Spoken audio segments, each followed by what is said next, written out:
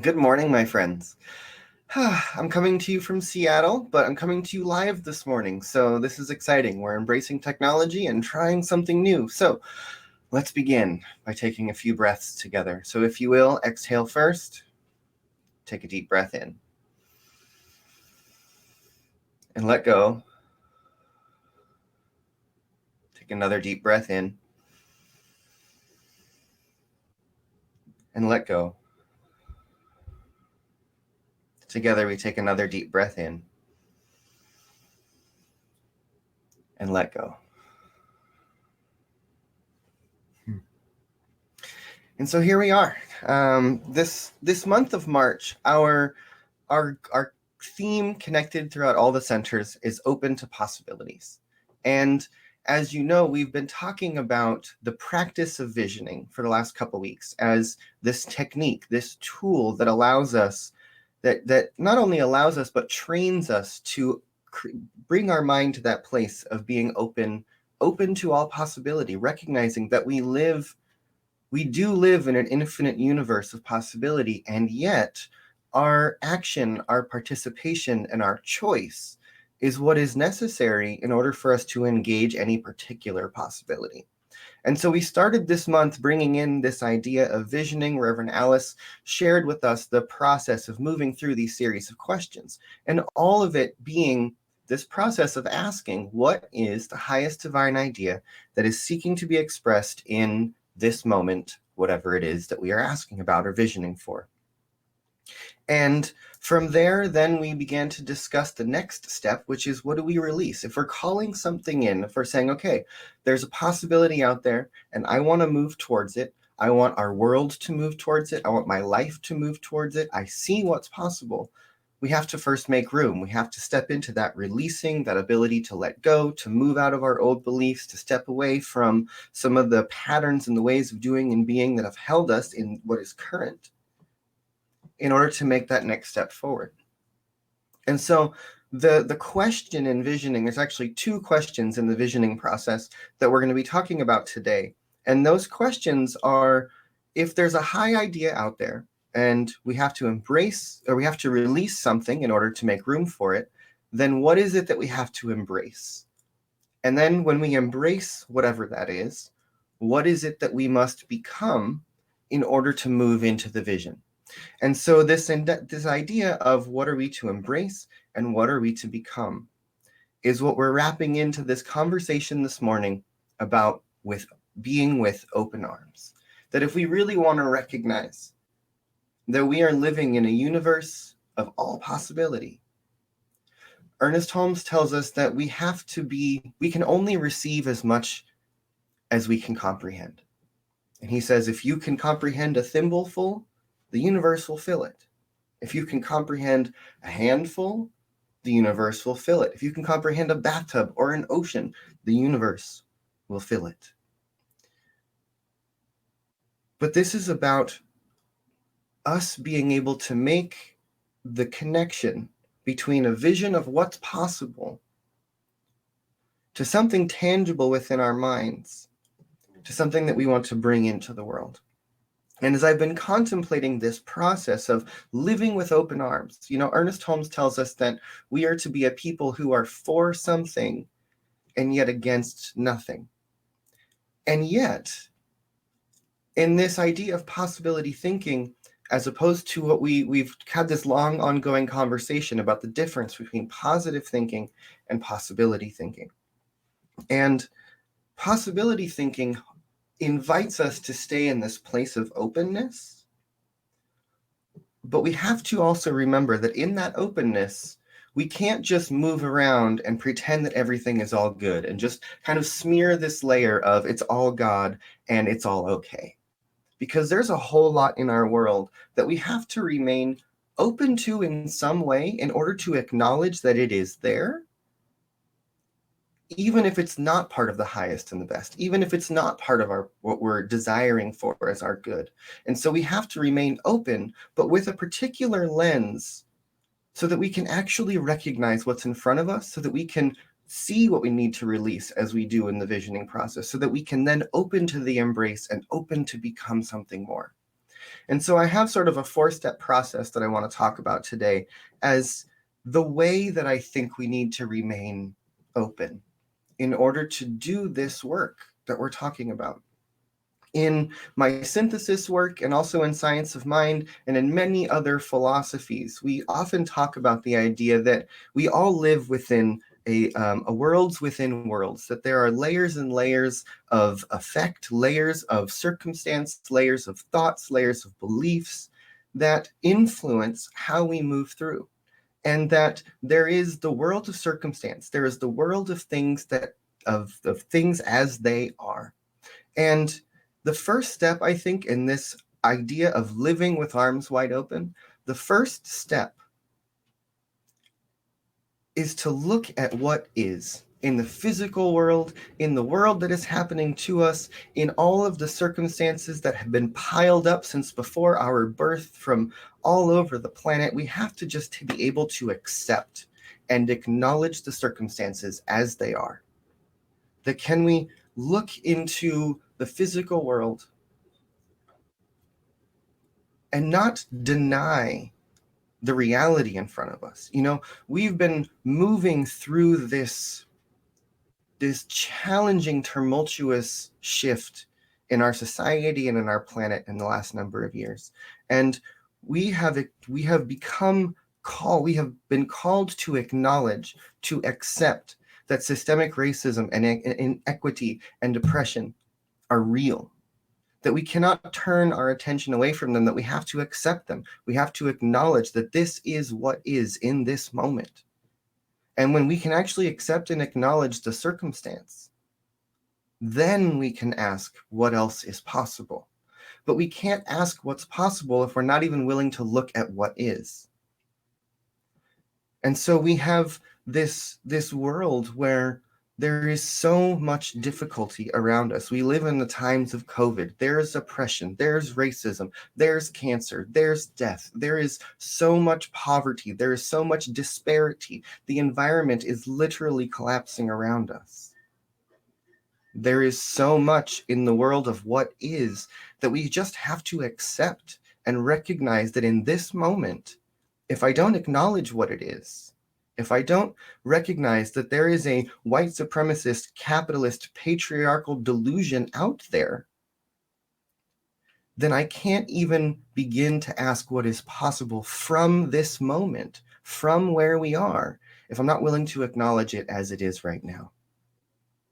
And that if I'm not open to the eradication of white supremacy, of this capitalist patriarchal delusion that is eating the planet and causing more and more separation between individuals, if I'm not willing to acknowledge it and say that I am a person who is open to the eradication of this thing, then what we end up doing is that we inevitably and perhaps unconsciously become people who support this thing continuing in the world.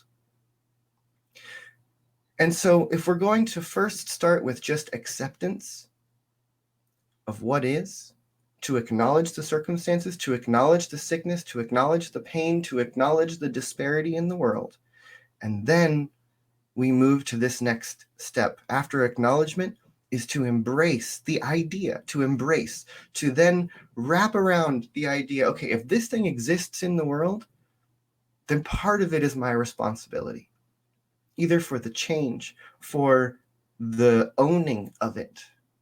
There's a big difference between accepting something and embracing something. I can accept that there is racism in the world. I can accept that my actions have a cause and effect ripple in the environment and into the second and third world, that every choice that I make does have I can accept that. But when I embrace it, when I really embrace it and bring it within myself and recognize, okay, beyond acceptance, I'm embracing the idea that I am part of the problem, that I am part of the solution, that I am part of the possibility. And when I acknowledge something, I can then embrace the idea that it could also be different, that there's another possibility out there, that there's another way of doing things. And so if I begin to embrace the idea that there's another option, that there's another way, that there's another possibility, that there's another outcome, that there's another solution, if I can truly embrace my part of it, then perhaps as I continue to do my work and look for my piece of the puzzle, look for the way that the problems out there exist in me, and I can embrace that there is a new possibility, a change that could be made, a way of doing things that could be embraced. And in that, the next piece is to then be embodied, to begin to practice embodying living into a new possibility, to begin to practice the embodiment of anti-racism, to begin to embrace the embodied practice of being deeply conscious about my choices, my purchases, the food that I'm eating, where I'm giving my money, who I am supporting, and what I am participating in the world. That when I focus on my embodiment, if I see the world as it is and I acknowledge, I accept this is the world, there are things that are not working, and I can embrace that there's some piece of it that's mine, I can then begin to embody a change. I can begin to embody a new way of being. I can begin to embody that possibility, that world that I want to live in, that way of doing or being that I want to see in the world. I can be a place where it is becoming to be embodied, where I don't just see it and acknowledge it. I don't just embrace that, yes, it's out there and it exists in me, but I make the conscious effort to be a living change. And when we embody a practice, when we embody an idea, eventually we become it. And that's that fourth piece, is what am I going to become? That when we look out and we see the world as it is, we acknowledge it. I acknowledge that there is racism in the world. I want to embrace that somewhere in my consciousness, in my programming, in the life that I have lived, and the choices that I have made, and the systems that I have participated in, I embrace the fact that I have something to do with this problem. And then so I start to do my work, and I can embody a new way of seeing, a new way of thinking, a new idea. And then I can become someone who is anti-racist, who is the living presence of the change that I want to see in the world, who's willing to make the steps to recognize that there is a different possibility out there. And this whole idea of these 4 steps of living with open arms, not closing ourselves off and saying, I'm not going to look at it, I'm not going to see the problem, I'm not going to acknowledge the issues out there. No. That we are a people who want to look into possibility. But we can also take this a step higher. That in this idea of visioning, of seeking the highest divine idea, that is the greatest possibility. So what if we began to think of our lives, of ourselves, to look into the world, and as we survey it all and we do see it as it is, then we accept that there are infinite possibilities. We can accept that there might be ways of doing things that we haven't thought of. There might be solutions out there.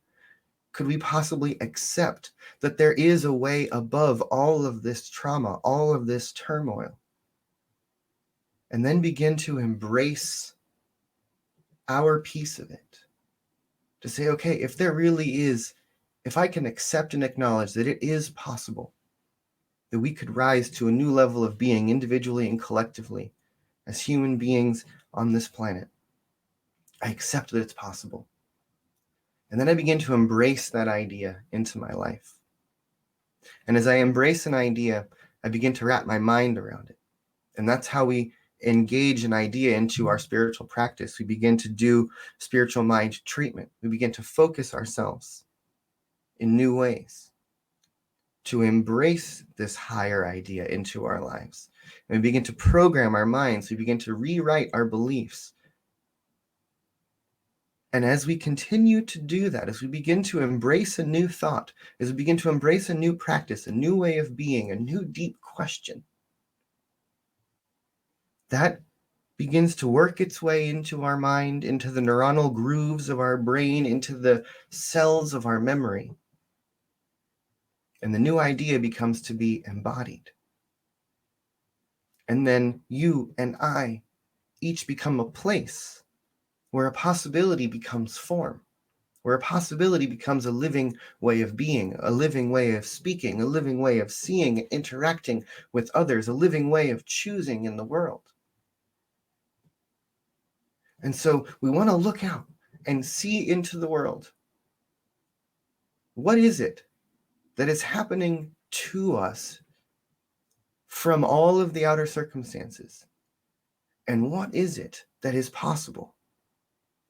And then to move that into our mind and say, okay, I want to take ownership, control of some of this. I want to see what by me, what I can do. And so I embrace a particular change, a particular choice, a particular outcome.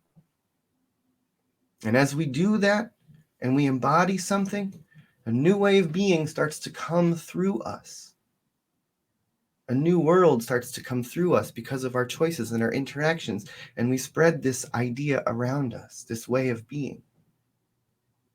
And then eventually it is us, as us. We've embodied it. We've become it. And so my invitation for us this morning, my friends, is to really recognize that we can be a people of possibility.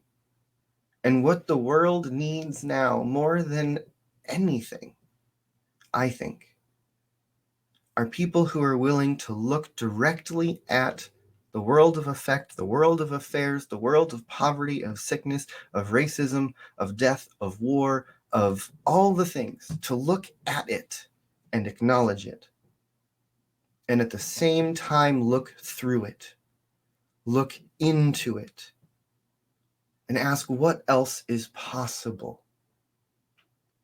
And begin to be people who focus so deeply on what is possible that any time that we see what is and what is not working, it elevates our mind to a place of seeking a new thought, a next action, a next way of being that is new and different and higher than the current existence that we are moving through together. We have the tools. We have the capacity to be agents of deep and conscious change. But we must engage our minds in a continuous practice of recontextualization, of asking deeper questions, of being the channel, the vortex, the place that all possibility funnels itself in through our mind and embodied in us and becomes out into the world. And so I want you to do this with me as we begin to wrap this up. And I want you to take a moment and just think to yourself, thinking into your own life and thinking into the world. What is something that you see that may not be easy, that might be difficult, that might be ugly in the world or in your own life? And can you hold your arms out and just say, I accept it. I accept that this situation exists in the world. I accept that this situation exists in my life. Whatever that painful thing is, whatever that ugly thing is, whatever that thing is that needs to change, can we just accept? And then with arms wide open, accept right now. Say, I accept that there is another possibility. And in order to do that, bring your hands in and embrace yourself. And say, now ask the question, what is it that I must embrace in myself, in my thinking? What must I embrace to live into what is possible.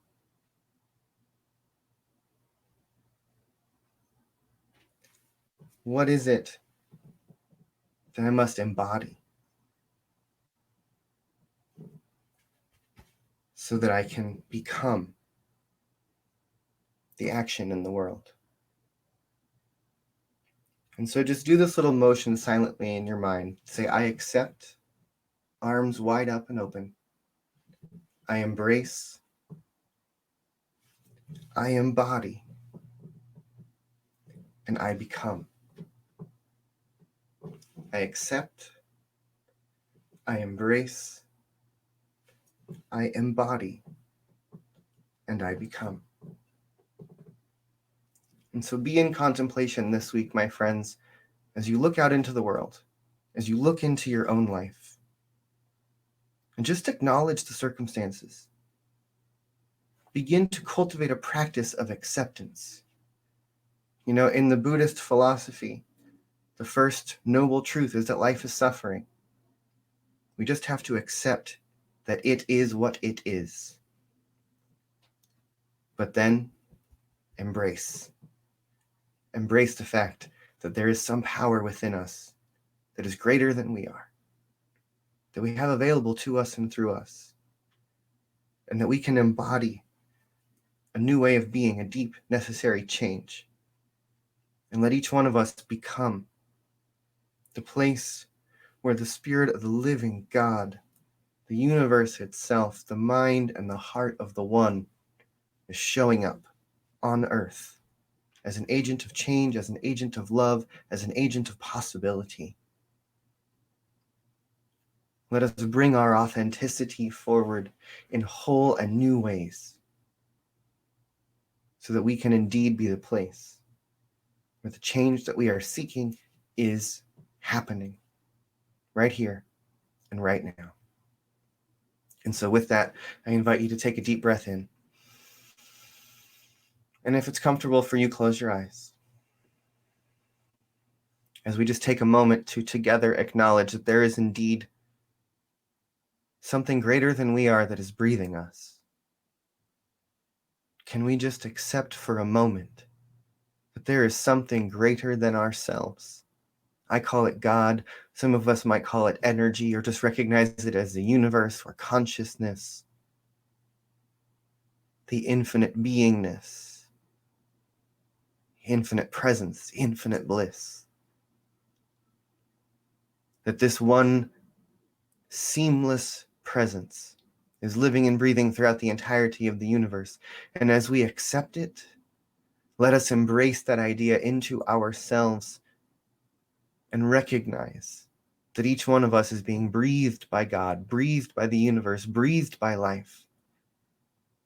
And that as we embrace the idea of who and what we truly are as children of God, as the universe expressing itself, as life unfolding, as evolution taking place, that we can then embody new possibilities, new ways of being, new ways of being, new ways of thinking, new ways of living.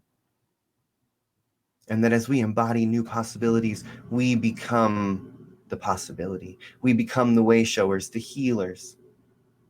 We become authentic agents of change. That we move into radical spiritual living as a practice of looking so deeply into the world of what is, that we see through it into the realm of possibility. And then through our bodies, through our minds, through our actions, we reach into the universe. We grab those possibilities, those high divine ideas, those new ways of being, and we bring them into ourselves, and through us, we bring them into the world. And so let us be in gratitude that each one of us can be a vessel for creation, an agent for change. Each one of us can be a place where the Spirit of the living God reveals itself on earth, right here, right now. And so let us continuously surrender to the idea that there is indeed a power for good in this universe greater than we are. Let us seek to let it come through us, to be the way that we live our life on purpose, and let it become us in everything that we do. And let each one of us say to ourselves, I am the place where God lives, where God moves and has its being. I am the place where God shows up. Or replace that word God with love or action or truth or peace or compassion. I am the place where love shows up, lives and moves and has its being. I am the place where love, where possibility, where change shows up. And with that, I just say yes and invite you to with me say, and so it is. Thank you, my friends.